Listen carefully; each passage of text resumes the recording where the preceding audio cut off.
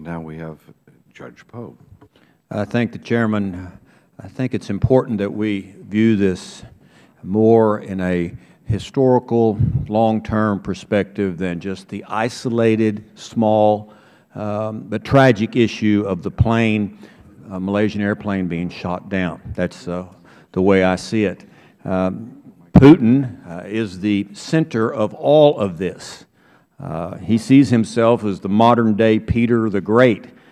Even a recent profile of Putin, his closest advisors even called him Tsar. Much like Peter the Great, Putin sees and wants an expanding Russian empire. Any objective observer would conclude nothing has stopped Putin in his desire for more territory. The administration and our European allies have tried to shame and isolate him by kicking Russia out of the G8. He doesn't care about those diplomatic niceties and hasn't had any effect on him or his decision-making.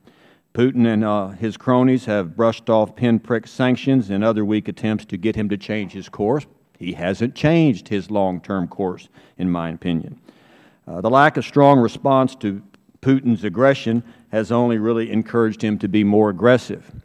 And then over the sky of eastern Ukraine, a surface-to-air missile was launched, and it destroyed the Malaysian civilian airline. This dastardly deed killed, rather murdered, 298 people. The missile and launcher were Russian. This is a photograph of a similar missile launcher that is Russian-made. The individuals shooting down the plane were so-called Russian-backed separatists in Ukraine, and apparently the crash site, which is a crime scene on the ground, is controlled by pro-Russian sympathizers, and it's been compromised by malcontents. As the Chairman pointed out, they are pillaging the wreckage site, taking property from the people that were murdered on that plane. Unlike the civilized world, Putin's reaction was to deny that he had anything to do with it and persist in outlandish Area 51 type conspiracies about who did it. Putin, I call him the Napoleon of Siberia, has fingerprints all over this Lusitania type incident. This is the latest in a series of aggressive acts by the Russian bear. I did mention in this committee on March the 25th that Putin is determined to start Cold War II. Ever since then, he keeps doing things to encourage that philosophy of wanting to be starting that Cold War II again. 2008, years ago, most Americans don't even remember, the Russians invaded the sovereign nation of Georgia. Not the state of Georgia, but the nation of Georgia. Unlike one of our fellow committee members was worried about Georgia being invaded and he missed it, it was the Republic of Georgia. The Russian bear gobbled up 1/3 of the territory. The world leaders, they protested loudly, but they were glad it wasn't their homeland. And then the world moved on. The Russian tanks are still in 1/3 of Georgia. I have seen them. I have been there. Then the Russian bear hibernated for a while, and then 2013 it woke up hungry, and it had its sights on its prey of Crimea. That still belongs to Ukraine. So to satisfy its appetite for more czar-like territory, there it was gobbled up. Now the Russians unlawfully occupy Crimea. The world leaders once again got on television, voiced opposition, then they went off back to their policy of I call appeasement.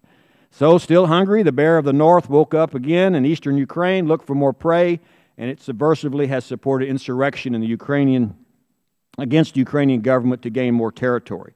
Reports indicate Russian special forces are playing the role of pro-Russian separatists, Russian special forces that were similar to pretending to be Georgian separatists.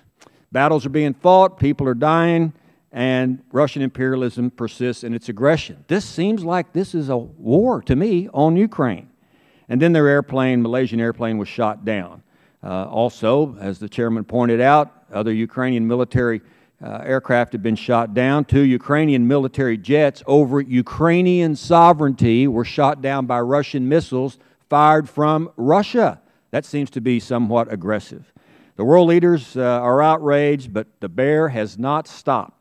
So what will the heads of states do? Will the world leaders continue to take the position the bear hasn't eaten them and they will do little but pontificate and hope the bear's appetite is satisfied. Maybe the bear will hibernate again. When it wakes up like it always has, it'll wake up hungry, and then when it roars, who will be devoured next? The rest of Ukraine, Moldova, Latvia, Estonia, Poland, or just another group of people on an airplane flying over another country?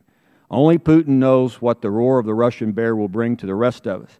Appeasement certainly doesn't seem to be working, doesn't seem to have stopped the aggression.